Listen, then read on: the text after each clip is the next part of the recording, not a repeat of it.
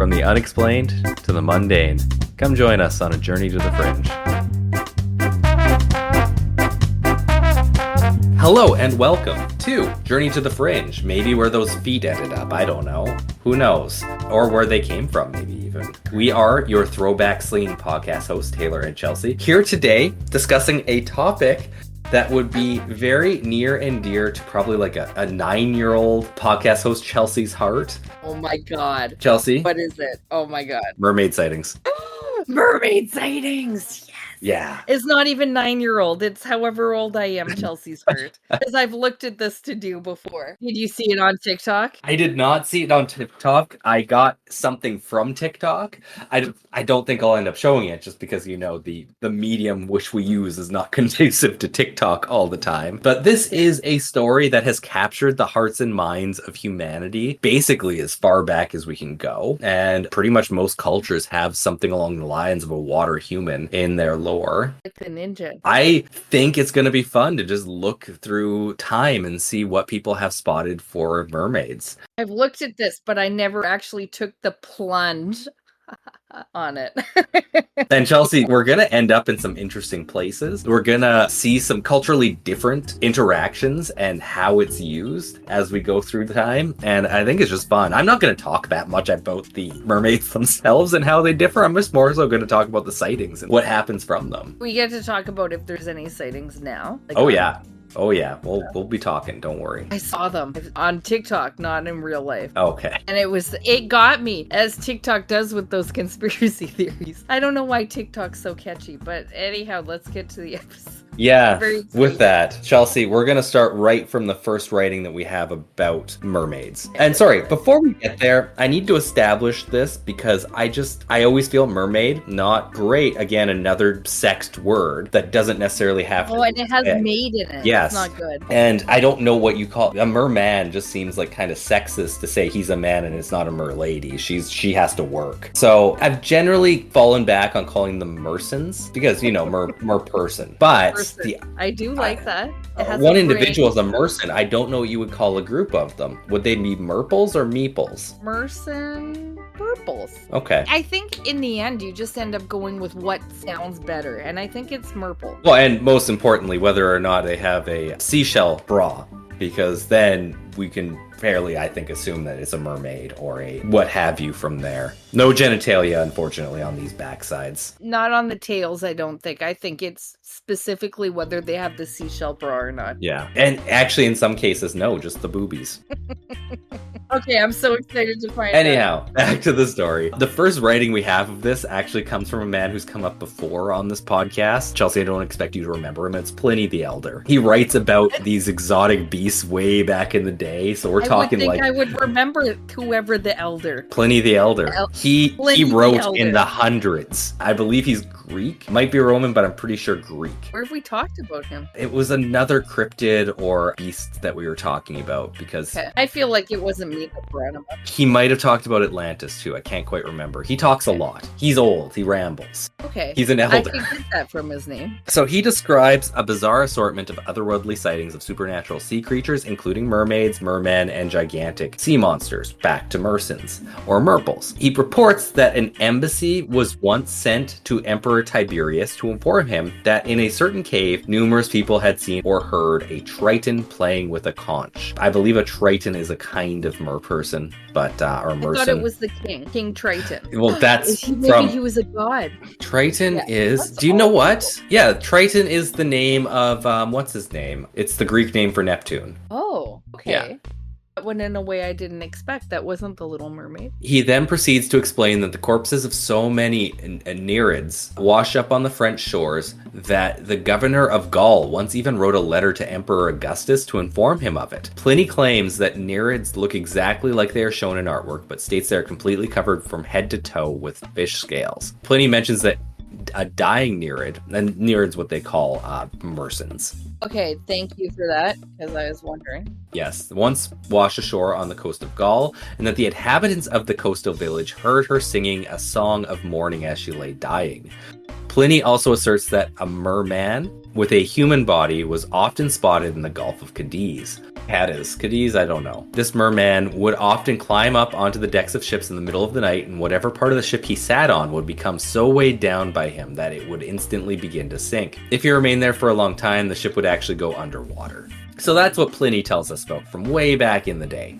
Wise old man. Probably happened, obviously. He wrote about Triton, a god, and they exist. Oh yeah, remember in the last episode when we talked about Zeus? Who definitely existed. Yeah, he's one of the famous Greeks, remember?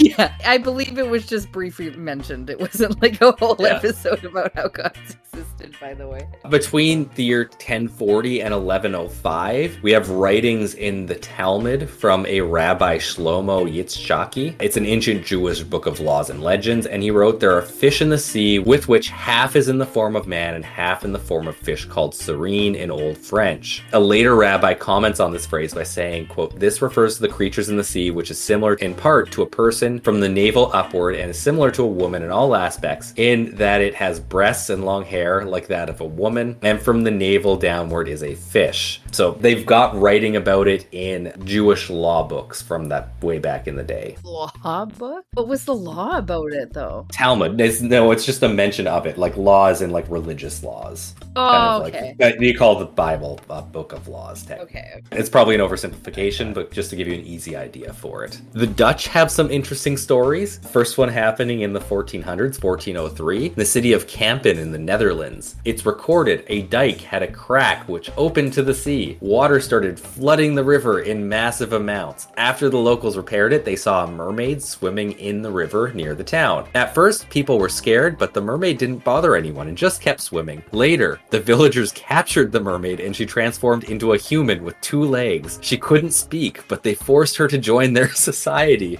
and the mermaid tried to escape and jump back into the water multiple times, but someone was always there to stop her. What a story.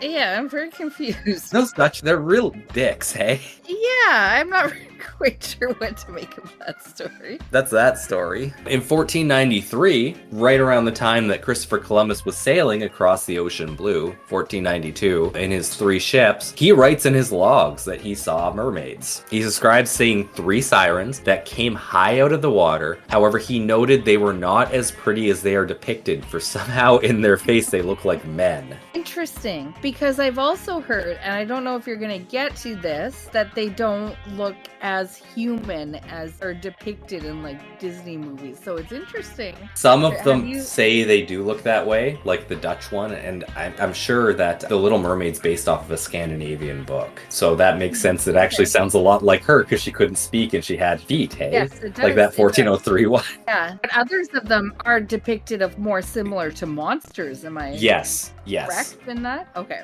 Yes, you are correct. And we're going to see just like kind of a whole array of them. Okay, that was my comment, I guess. That's what Christopher Columbus saw, was they look like men, not, and he's assuming they're women. Maybe they were actually. Yeah, well, and I'm just going to say, like, he was focused on genociding things at the time. Like, he was really busy. So he probably saw them, said, like, I can't genocide that. It's in the water. So I'm just going to keep doing my genocide. How would I ever genocide that? Because that's not my realm. He said angrily in Italian and or Spanish, depending on who you ask at the time. That to Ocean Gate in the future. Spoiler alert, they fail miserably. Also, it's regularly reported with the Christopher Columbus one that what he saw was a manatee, but that's just people guessing from now. They don't know what he saw. Yeah. Generally, it's thought of that when people see mermaids, it's manatees or seals. That's generally the given story. That woman sure is ugly. Sir, that is a manatee. Maybe that's why it's called manatee. Can you imagine, though, seeing a manatee? They're so cute. And actually being like, wow, that is one ugly girl. Is she not wearing a bikini at the beach? Why is she not covering her bosom? Okay. Next sighting I have is from 1801 by Governor Van Battenberg. Van Battenberg, who was the governor at the time at the island of Berbice in the Caribbean gives the following account of the description of their local mermaid. The upper portion resembles the human figure, the head smaller in proportion, sometimes bare, but often covered with copious quantities of long black hair. The shoulders are broad and the breasts large and well formed. The lower portion resembles the tail portion of a fish, is of immense dimension, the tail forked, and not unlike that of the dolphin, as it is usually represented. The color of the skin is either black or tawny. The animal is held in veneration and dread by the Indians, who imagine that the killing it would be attended with the most calamitous consequences. It is from this circumstance that none of these animals have been shot and consequently not examined, but at a distance. They have been generally observed in a sitting posture in the water, none of the lower extremities being discovered until they are disturbed, when by plunging the tail appears and agitates the water to a considerable distance round. They have been always seen employed in smoothing their hair or stroking their faces and breasts with their hands or something resembling hands. In this posture and thus employed, they have been frequently taken for Indian women bathing. So that's his account of it. Finding it interesting that there's so many sightings,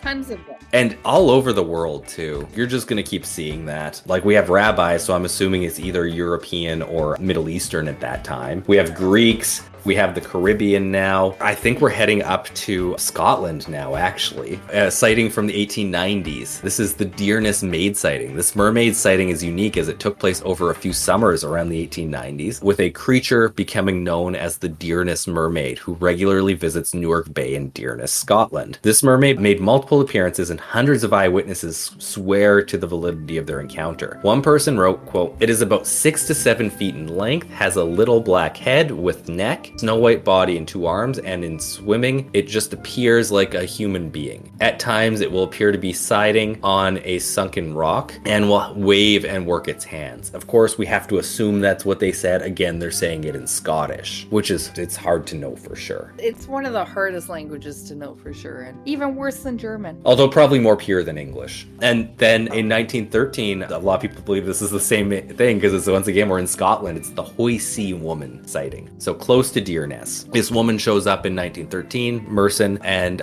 writing from the time, Ralph Taylor and crew, when visiting their lobster reels the other day, saw a strange creature which looked like a mermaid, close by the foot of the old man. It rose out of the water to the height of 3 feet and looked like a lady with a shawl round her shoulders and streaming down her face. This is the 3rd occasion it has been seen at close range by them. The oldest people have never seen anything like it before and wonder what it can be. Some think it must be the Dearness Mermaid on tour. Yeah, and that's from the Orcadian. The article was on Saturday, September 13th, 1913. And then again in 1947, another Scottish fisherman sees one. An old fisherman from Scotland reported that he had seen a mermaid in the water from 20 yards from the shore, sitting combing her hair on a floating herring box used to preserve live lobsters, according to Sir Arthur Woe in the Folklore of the Merfolk. He says, quote, "Unfortunately, as soon as she looked around, she realized that she had been seen and plunged into the sea. A reporter named Mr. McLean says, but no one questioning could shake the old fisherman's conviction. He was adamant that he had seen a mermaid, so one never knows." I kept this one together just because I wanted to keep the Scottish ones all together, but we're going to jump just a few years back in time to World War II, where there's an island in Malaysia called the Kai Islands, which had Japanese occupation, and the Japanese soldiers there saw apparently many mermaids or manfish sightings, as they called them. They claimed to be 150 centimeters tall, having spikes on the spine, shoulders, and neck. The local villagers in the Kai Islands of Indonesia had a creature that they were familiar with, and they called it the orang ikan. I believe names like that in Malaysia have come up before. I think there's the orang minyak. Has that come up before? Is that the... They're Bigfoot guy, yeah, right? Yeah, they have come up before, yeah. So orang means person. Inaka, not in detail, but they've come up, yeah. Yes. And then the other one would be orangutan, which, human monkey or something like that, because it's the exact same start to the word. Love those guys. So they call it the orangutan. It translates directly to manfish. During the war, Japanese soldiers stationed in the 555 square mile area in the islands had multiple claims of encounters with these manfish, or what the modern world calls mermaids. The Japanese soldiers recorded not one, but many different sightings, claiming they all saw the same thing, an amphibious creature that was mostly seen in the sea and not on land. Instead of a single tail, they had 2 frog-like fins and long arms. Oh my God. Yeah. And they were said to have light pink skin similar to salmon and a mouth like a carp. Not quite what other people have been describing in the European side. Well, the Little Mermaid would have been so much better like this. And notice how these guys aren't talking about the boobs. No, not at all. All the other ones are like, yeah, This is so she's got totally a belly different. button, giant boobs, it's freaking awesome. She's Then a touching tail or them. something. I don't know. I've never really looked that far. And then these guys are like, no, I couldn't even tell you if there were boobs. It looked delicious though. One such sighting happened when a troop of soldiers came to a natural lagoon after leisurely exploring the island. The lagoon seemed normal until they saw some thrashing in the water. Suddenly, an orangutan jumped out of the water and onto a rock. It turned, faced the soldiers, and let out a weird gurgling noise. Another same creature was seen swimming in the water towards them. They didn't seem friendly, and not knowing the creature's intentions, the soldiers started shooting at them, but the creatures escaped and disappeared out of view. To be fair, we don't know how good of fighters they were, because, you know, they lost the war. So maybe the orangutan could have beaten the Allies in a war. We don't know for sure. We do know that they thwarted the Japanese. They sound like they got some freaky stuff going on there. Yeah. That's enough to deal with. That's spooky enough. And then a sergeant named Mr. Taro requested the villagers inform him if any of the orangutan were captured, dead or alive. And the soldiers summoned the general soon after, who saw these creatures with his own eyes. Mr. Taro tried his best to get the scientific community involved after the war, but unfortunately it didn't happen. So that one's pretty cool. And then, Chelsea, this is the marked change here, where we come into the modern capital day. Basically everything from here on out is like, oh, somebody saw a mermaid, we gotta market the shit out of this. Okay, I'm intrigued because I don't actually know the stories behind these. I have seen The Little Mermaid, so I am thinking that you're gonna start reading the script from The Little Mermaid, or we're gonna watch it. See, I already covered The Little Mermaid. I made it very clear that that woman that they tore from the sea to have legs and not talk was the Little Mermaid. Okay, I still think you're gonna read from the script. Well, this story actually comes from the Daily Colonist, the June 13th, 1967 version of it, because it is a sighting in BC, Chelsea. No, shut up. In a newspaper in 1967. Oh my god. I'm so excited about this. This creature was seen in the early evening by passengers on ferries close to the west entrance to Active Pass. The Daily Colonist reported on the sighting the next day and included a photograph that is said to be taken by George Harrison of Sioux City, Iowa. Several witnesses said the mermaid had a large fish, apparently coho salmon, and one swore she had taken a bite out of it. Long silver blonde hair and topless condition were generally agreed upon. And I just love the way this article goes. Just stay with me here. The next day, the colonists referred to her as a dimpled mermaid and said she had the lower body of a fish or porpoise. The newspaper said she had been at Helen Point on the northwest corner of Main Island and had been seen eating a large salmon. Quote, a Cobble Hill man who flew over the area shortly after 7 p.m. managed to get an aerial photograph which corresponded closely to a picture taken from the Queen of Saanich by an Iowa visitor, the colonist said. The aerial photograph, which was not published in the newspaper, apparently showed a silvery object on the rock beside the mermaid. One male witness said that the mermaid was, quote, a cute blonde with dimples. It was definitely a girl. Definitely. End quote. He said the mermaid seemed to enjoy the wake of the ferry washing over her. The witness did not want his name used in the newspaper, he said, because his boss would think he was crazy. On June 15th, the colonists cranked it up a notch, and they reported that a $25,000 reward would be offered for the dimpled mermaid of Active Pass. The offer was made by Charles White of the Undersea Gardens, who added that a panel of competent marine biologists would have to confirm that the mermaid was a real thing. White promised to negotiate a contract with the mermaid. I love this part. Quote, I think we could come to terms. We would offer a substantial salary, room and board, and a supply of those special combs that mermaids use, he said. In planning for accommodations for the mermaid, White said he would need to know if she preferred to sleep with her tail above or below covers. White was not troubled by the fact that the half-girl, half-fish creature was apparently topless, saying that her natural state would be fine. Quote, we are very conscious of conservation, end quote, he said. Earl Dicknother, manager of the Victoria Chamber of Commerce, suggested that the mermaid could be convinced to pop into view from time to time and even give a leer to play. Quote, of course they'd have to tie the captains to the mast. Even if it's not a real mermaid, it's a great idea. How come we overlooked this for so long? End quote. There was one more sighting of the mermaid at Cordova Bay more than a week later, but the woman who saw the creature was not convinced. I don't believe for a moment it was a real mermaid, she said. And that was that. The final colonists report on the mermaid. And sorry, I said this was from that article. The colonists did a look back at the story later on, and this is from that story from the colonist. Okay. But I just love how they're like, oh, we got to market the shit out of this. We're going to put up a reward. If she's going to be topless, hey, that's just natural. Can't do nothing about that. Now, it doesn't appear that there is an actual picture. Am I correct in that? There are pictures. It's a 1967 black and white one. You can't see shit. I can't find a thing if I Google it. And obviously, the man's name who apparently took the photo gives way to way more photos of someone else. That being George Harrison.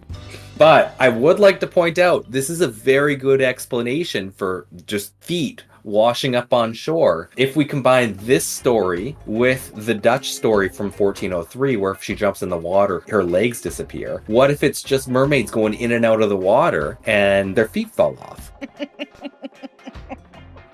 I think we got to add that to the list of explanations. That might actually be the best explanation we've heard so far. They're born with feet, but they're mermaids, so they fall off. Of course. I don't know how we missed it.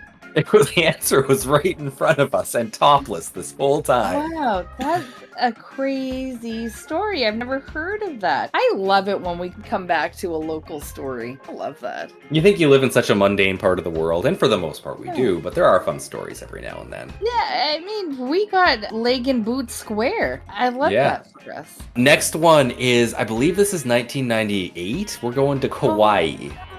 And this one does allegedly have a photograph with it. So if you look up 1998 Kauai mermaid photo, you should find something here. This comes from a diving webpage, which I think is the actual diver who found this. The article is titled First Ever Photos of Mermaid. For more than 50 years, people have reported seeing a mermaid off the coast of Hawaii's Big Island, but the sightings were never taken seriously until a dive boat captain finally captured the half-woman, half-fish on film. Dive master Jeff Leisher, 43, photographed the creature known as the Kauai Point Mermaid on April 12, 1998, as he and 6 other divers were exploring the ocean bottom about 20 minutes off Hawaii's sunny Kona coast. Leisher points to the spot where he photographed the mermaid. Jeff Leisher spots the Kona mermaid. I'd heard about her before. Most of us who are out in these waters regularly have heard stories, but I'd never seen her until that morning, says Leisher, who operates Jack's Diving Locker. And this came right from Jack's Diving Locker website. Quote, we were on our way out to the point when a school of dolphins started following the boat, playing in our wake, and suddenly one of the men in the port side starts yelling and pointing. I couldn't believe what I saw. There, not 10 feet from the bow, was what looked like a nude woman. She had long flowing hair and one of the most beautiful faces I had ever seen. But there was no way a human being could be swimming so fast. She kept keeping right up with the dolphins. Then she leapt into the air and my heart almost gave out on me. The entire lower half of her was covered with scales and tapered back into a huge fishtail. She jumped once more and then disappeared under the surface. End quote. All 10 people on the boat witnessed the bizarre incident, but there was another incredible surprise still ahead. Quote, about an hour later, we arrived at the point and we were diving. I was photographing some colorful fish with my underwater camera. Suddenly, I felt something brush against my right leg.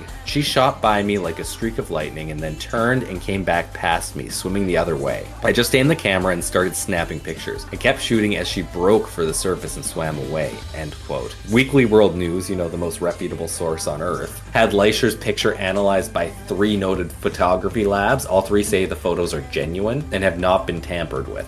And the photos of the Kauai Point mermaid have been studied and authenticated by experts. Quote, I feel very lucky that I'm the one to finally prove to the world what people here have known for half a century, said Leisher. The Kauai Point's mermaid is real.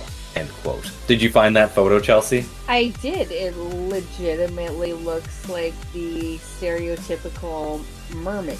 right? Yeah, Am I looking at the right one? I think Arms, so. tail, Yeah. hair, you can see. And it's looking up, so you only see the outline, really. Yeah, it looks like it. You can see it had arms are to its side, right? And then you Yeah. can see like a tail. It looks Yeah. like a female. So if it's real, that's a pretty like whenever we're talking about photos, they're always blurry, really far away. This one Yeah. is 10 feet at most away. Like, it's a good photo. Yeah, We'll probably but post it on the at that socials. point, if you're this close to it, you should see a few more details other than just an outline. But yeah, it is a human top, tail bottom mermaid. Yeah. We're gonna skip ahead to 2009, the Jerusalem Post. Oh. Israel is in the grips of a mermaid fever after continuous sightings of the mythical sea creature off its coast. One town council is taking the report so seriously it is offering a $1 million reward to anyone who can prove the existence of a mermaid in its waters. Kiryat Yam municipality near Haifa says it has been told of dozens of sightings in the past few months. Quote, many people are telling us they are sure they've seen a mermaid and they are all independent of each other. End quote. Council spokesman Natty Zilberman told Sky News. The nautical nymph is only seen in the evening at sunset,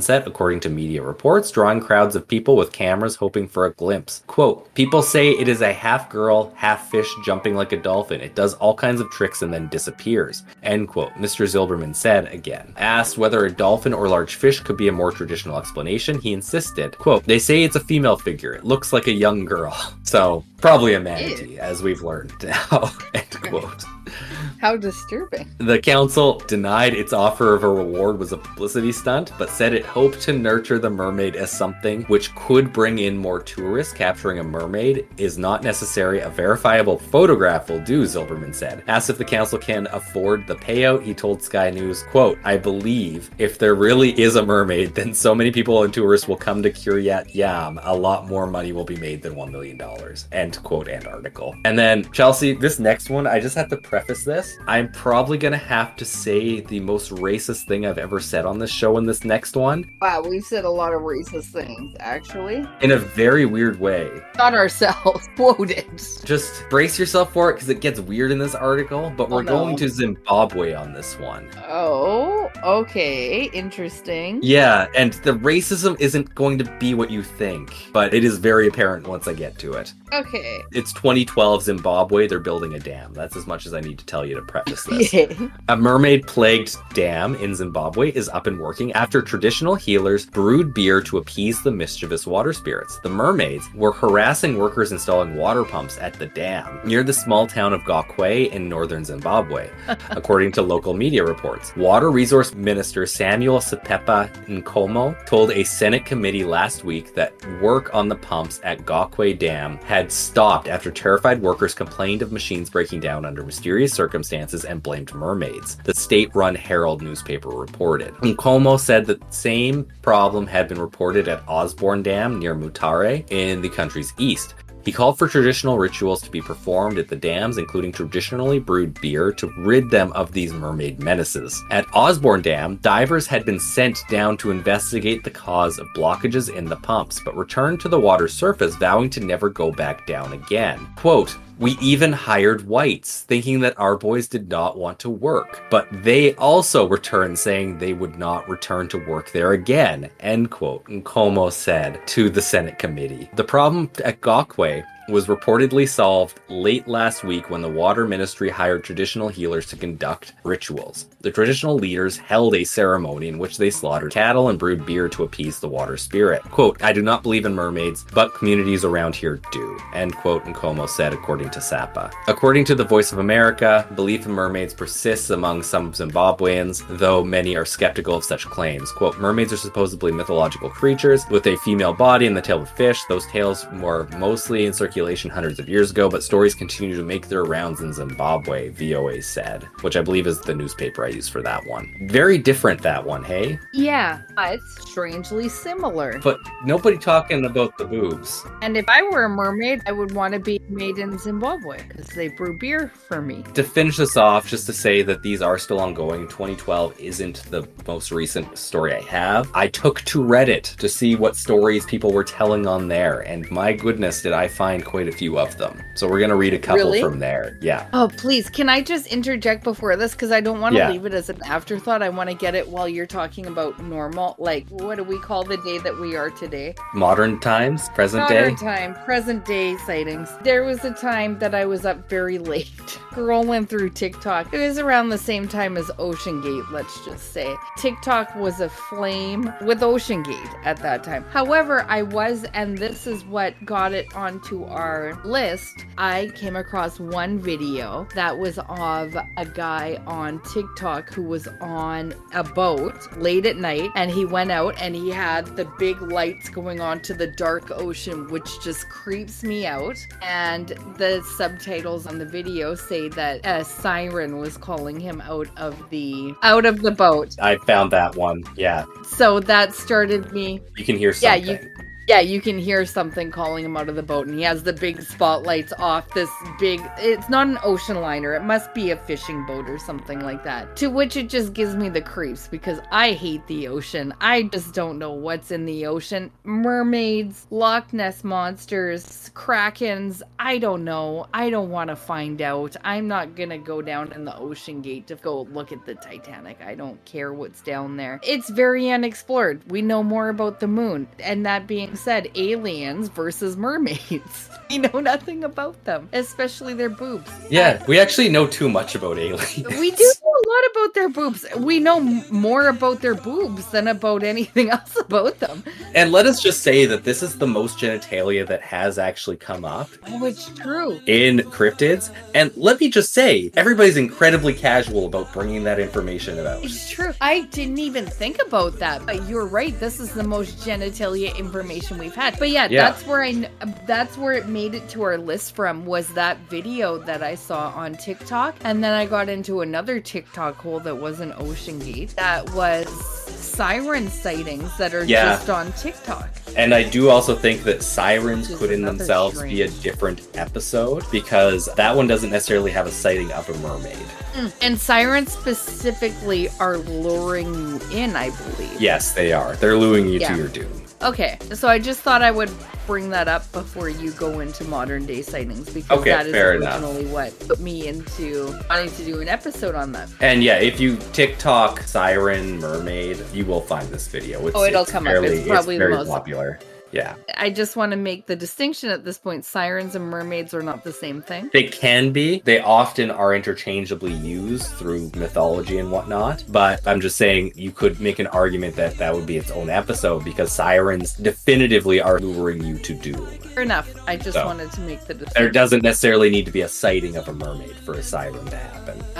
Okay. That makes sense, right? No, it doesn't make sense. And we're here. I'm just doing stories where people are saying they saw mermaids. I haven't heard any doom speak yet. Well, get ready for some of that.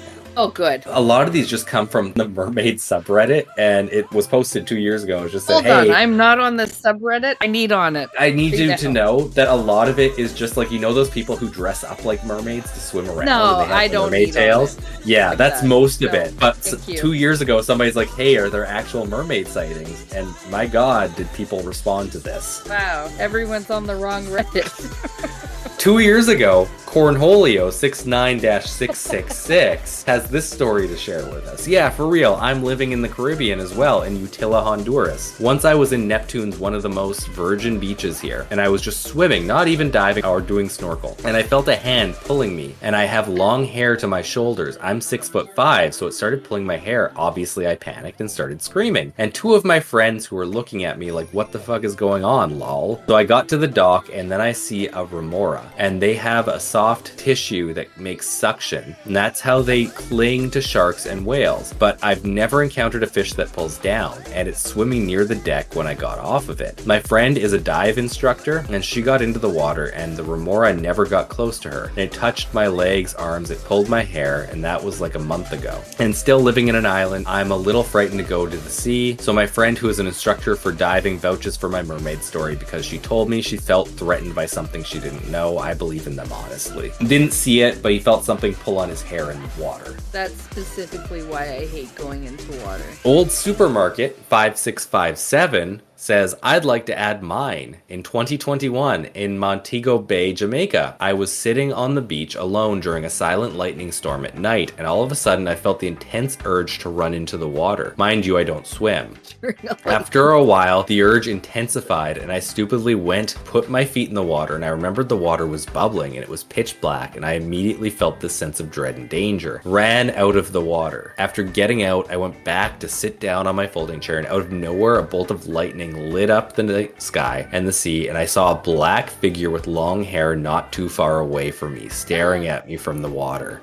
After the lightning was gone, the figure was nowhere to be found, and I sat there for half an hour trying to figure out what the figure I saw was, but it never appeared again, and I really believed it was a mermaid trying to take me into the sea. I hate that. I would have gone so fast. 8 months ago, Zebediah said, yes, mermaids are real, but because many people are skeptical about it, I chose not to discuss my encounter. I was 13 years old, and it was not a pleasant encounter. I ended up in the hospital emergency room and have the scars to prove it. Mermaids do not exist only in the sea. I believe they exist in any body of water. It can be a dam or a pond. I don't know why I had the encounter. I was with my sister, and I was the only person that saw them and tried to draw her attention to them. There were 3 of them. I was on top of a tree by a pond in a secluded area when I saw them. I fell down from the tree, and then I had my encounter and ended up in the hospital emergency room. They didn't get into detail, but kind of terrifying. Wish you probably would have on that one. I believe, no, this one didn't do a follow-up. I think this person here gave a vague story like this one. This is Ladder Towel 9403 5 months ago. Basically gave an answer like Zebediah did, and then they responded with a more in-depth story. So it says, it's hard to explain. I was fishing in a river about 1.5 miles from my grandfather's house. I had always walked there and fished from the bank where I'd gone since I was a kid. I was down fishing with my dog Josie and was sitting and leaning against a tree. Then my bobber went down hard and my rod almost went out of my hands. I figured it was a bass or a catfish. For some reason though, I started following my line as if something was drawing me in. Josie was freaking out, yelling and even biting my leg trying to get me back, but I kept following it as if I were in a trance. Then something broke. The surface of the water in front of me, and all I could see was the torso and head of like a greenish brown head, and I saw its hand, yes a hand, was pulling my line towards it. I was so scared but couldn't stop as it brought me closer. Then Josie was between us, barking and snapping at it, and I was able to suddenly go back towards the banks, leaving everything. I saw it grab Josie, and grabbing at my knife, I cut the line, which I guess broke the trance, and as I struggled out of the water, I saw Josie and grabbed her and ran out of the water. I heard a weird slapping sound and a grunt, and I kept running until I was almost home. I saw Josie was hurt, one of her ears was gone and bleeding, and I finally got to the house. I was crying and threw her in the car and straight to the vet, still wet and shaking. I told him something got her and waited anxiously until he came back and said she was lucky they had extracted a tooth from her skull. And he said it looked like an alligator tooth, but I knew better. I never told my family what happened, but I knew damn well it wasn't an alligator. I hate that story too. I believe him. That is a creepy story. And the last one I have was posted 2 months ago by one amphibian 5831. Oh my god, I'm so happy I found this post. I really suck at explaining things and English isn't my native language, so please keep that in mind. I hope it's not German. That was told to me by Pata. This is something that's been bothering me for years. I'm a 20-year-old female, and when I was 13, me, my dad, and my younger brother went to Thailand. We traveled to Phi Phi Island by boat, and one of those travel companies for tourists and stopped by different islands to snorkel. On one of these stops, me and my brother were right next to each other looking at a fish that I found really cute. To paint the picture a bit better, at this moment, me and my brother were snorkeling in the water right by a floating island, while the others in our group were a bit further away from this island. This island was like a chunk of land that extended downward into the water rather than having a gradual slope. Suddenly our dad called out for us. Someone in our group saw a small shark and everyone was gathering around to see it. My brother swam over there. For some reason I stayed put and kept watching the different fish that were swimming so close to me. Then something caught my attention. There seemed to be smaller caves underwater by the shore and I saw something slowly coming out of there. It was similar to a human head facing down towards the bottom of the ocean and I completely froze up and kept staring. The person kind of floated out of the cave, never faced up towards the surface and did it really slowly. Nothing of this person that I could see was moving. By this point, I could see the back of the head and most of the back. The person had really sparse black hair slicked down to the scalp and their skin looked gray. The spine was extremely pronounced. and I was so sure that it was looking at a corpse that I completely froze up. I couldn't breathe or move, time felt like it was standing still, and the person kept floating out of the cave, and that's when I started seeing its tail. The tail was dark gray and looked like a stereotypical mermaid tail. I blinked multiple times to convince myself I was not hallucinating, but I kept seeing it. I've never believed in the supernatural, but this thing was only a few meters below me, and I could see it so clearly. I felt a sense of danger. I knew that I wasn't supposed to be seeing this, and I was terrified that it would see me and attack me, but the thing never once faced up. Once it was out, it swayed to the side and kept a close distance to the island. That is freaky. And disappeared into another cave. After a few seconds, I snapped out of it, gradually slammed back to my dad and brother, and I burst into tears and frantically told them that we had to get back to the boat right away. My dad asked me what happened, and I told him what I saw. Obviously, he didn't believe me, but got furious at me for lying. When we got back to the boat, I told them again and stood by the fact that I wasn't lying. My father told me he really hoped I was, that it was either a lie or that I was insane, and had to be locked up in a mental hospital. I knew how crazy all of this sounded, and honestly, I did not even believe myself. I decided to tell him that I made it all up.